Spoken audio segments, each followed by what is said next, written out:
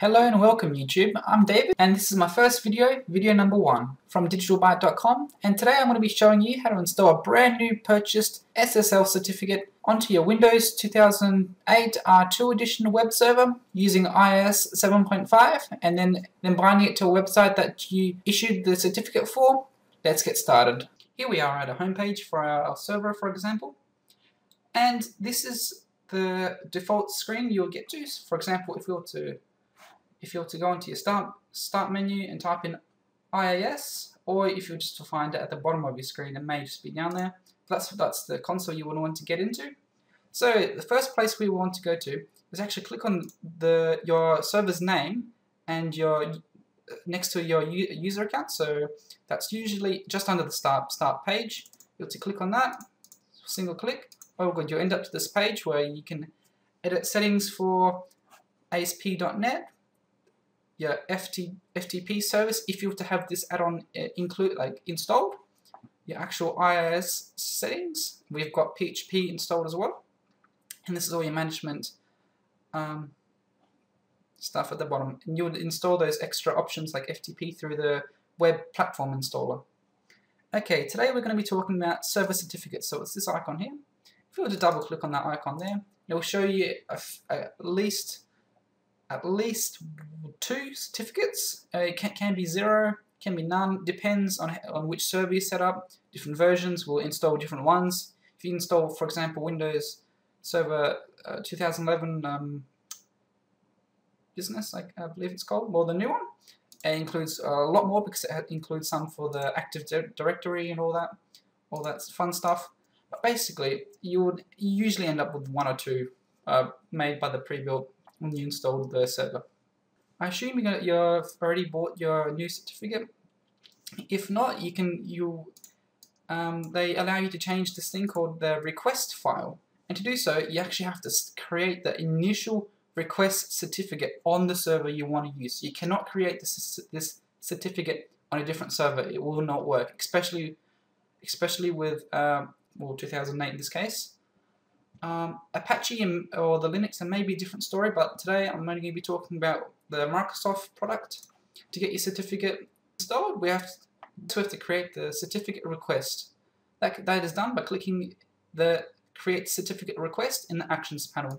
So if we were to just single click that, we'll bring up with this new box where you have to distinguish all the names. Yep, so the common name can be just any type of name for the certificate, usually your domain name, just to make stuff simple. The organization, so that's the name of your organization or for which the certificate will be used for. Once again, it can be a domain name again, so we'll just copy that in there. Organization unit, so that's the name of the department or division of the organization in which the certificate will be used. In this case, we can just say web server. Basically the city where the certificate is going to be located. So in this case, we're going to be putting Adelaide. The state, that's obviously in South Australia. Okay, once we have all of our details entered in, just hit the next button. So in this case, we just want to leave it at the standard selection, and in our case, we're just going to change it to 2048 bit length encryption. Hit the next one. So here we have to give the web server is going to create a text document where it's going to store this request file, and we have to give it a name. So let's just call it,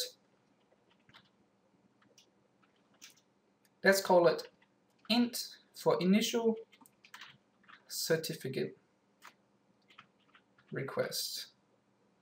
And then default, I believe it saves it in Word documents, but you just hit the 3 buttons over here and you specify where you want the certificate to be saved. Hit the finish button. It's going to produce the request file.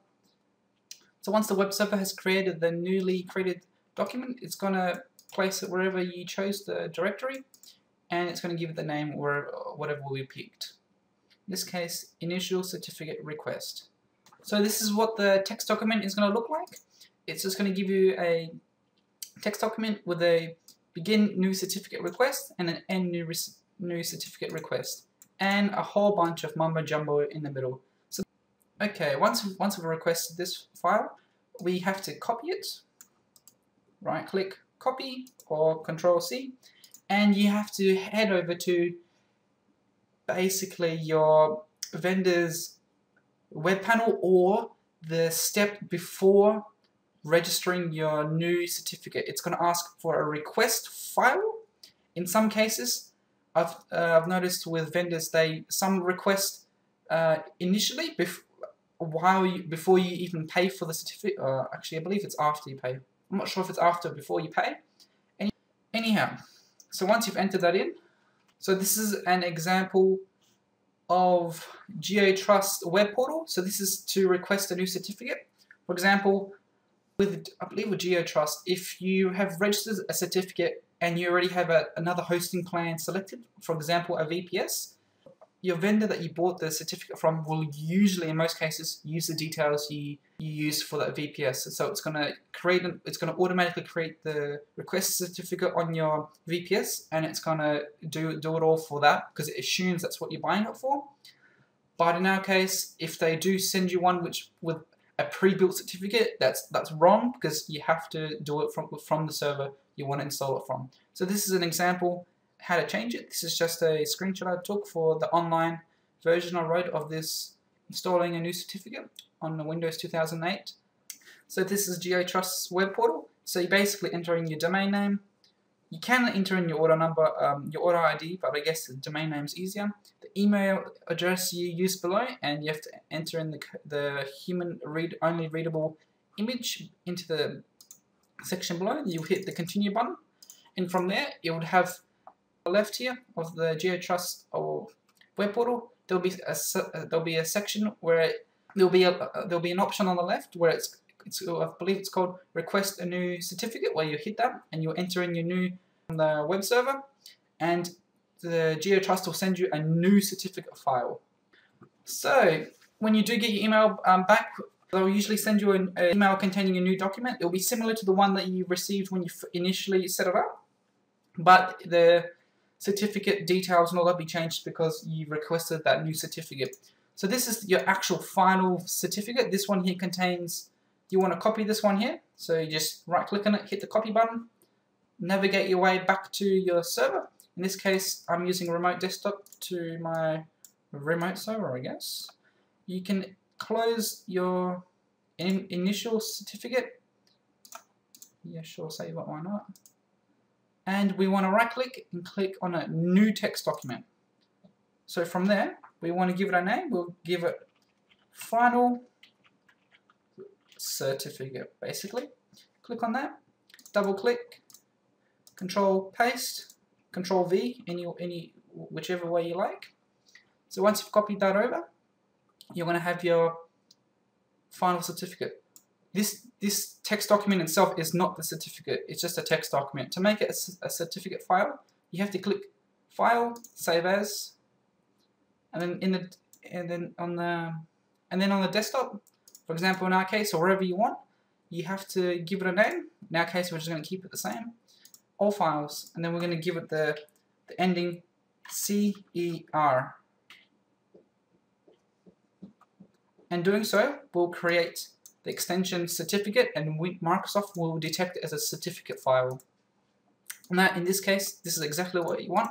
So the IIS 7.5 will be able to detect it, read it, and install that new certificate for you. So once you've got that saved, all you need to do is head back to your IIS manager, where your server certificates were. Once again, that was in your home page. And then on your home page, you just double click on a little icon called, or option called Server Certificates. Double click on that one there, and I'll show you your certificates. It will not show you your initial request certificate. It will not come up, but it will once we've completed it. So within the same section where we initially clicked Create, we want to click Complete now. And doing so, friendly name, you have to give it a friendly name. Does not affect anything. It's just to identify it within your control panel. So in my case, I've chosen DB for mine, for digitalbyte.com, or you can name it whatever you want. So you say, I don't know. So in our case, we're just going to call it petshop_demo, because we'll be using the pet shop demo name in another tutorial. So I guess that's what we'll pick. And you just use your, and So once you give it a name, you have to browse for that certificate that we saved on our desktop. So hit the button onto the right over here with the 3 dots. Choose your desktop. Choose your final certificate. So here it is right there. So the certificate's got the .cer extension at the end, and it's got its name. So once that's all good, and you've actually converted it over to a certificate file, hit the OK button, the OK, click OK. It's going to do its thing, and it's going to say you successfully entered your new certificate. To test it actually work, hit the F5 button. In my case, it disappeared because I had never actually, it's actually the wrong details, so I just used a bit of a demo there. But in our case, it would actually stay there. Usually, if you've done something wrong and you click the F5 button, it will disappear. Because, so if you hit F5 button and it disappears, IS knows that it's not been done properly. It's either not been created initially properly, or if you've copied something incorrectly, or you accidentally didn't copy the whole file. All you have to do is try the steps again. So that's how you successfully register a new certificate file. So now you actually have it registered to your server. You have to apply it to your website. So you hit down on the websites tab. In our case, we're just going to pick Pet Shop Demo, and this is Pet Shop Demo's homepage.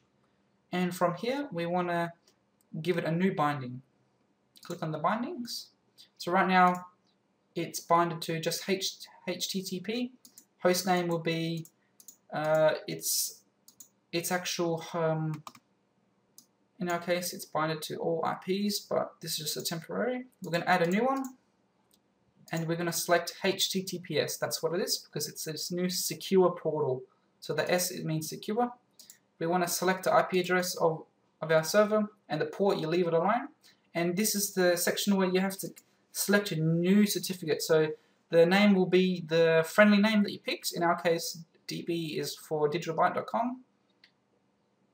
If we try to register, it will not work. But in your case, actually, it will work. And you just hit the OK button, and you'll have successfully binded it to your website. And once you've binded it, you'll be able to just head over to the web browser, basically put in your website's web address, and just put the little S before the after the P, actually, sorry, and you will enter in secure mode. But just in our case, you have to make sure it allows it. So within the petshop_demo, or whatever your domain is, in the home page, we clicked on bindings over here, but we need to allow the client to connect to our server. To do so, you have to hop into your SSL settings, double click on there, and in most cases it will be selected on ignore. You can click on require SSL certificate, so that's when if your user were to put in HTTP your domain, it will automatically, no matter what, turn them over to HTTPS. So, but in some cases, if HTTPS is not working, they cannot fail or roll back onto HTTP. So in most cases, I would recommend just clicking on accept, apply it, and then once you've applied it, then I'll recommend doing like some kind of PHP or whatever, server-side scripting to work out which mode that the user should be, or which mode they shouldn't be, and that's where I would recommend. This is David from digitalbyte.com. Thank you for viewing my first tutorial on how to install your first SSL certificate onto your Windows 2008 server. This is for the person who has not installed a certificate before, because even when I first tried to install it, I had difficulties finding any resources. There are some pre-steps you have to do before you can actually accept the request, like I showed you before. If I were to quickly head back over here, if it allows me to scroll down, you have to do the create certificate part. If you don't do that part, nothing will work, and it will be a sad day.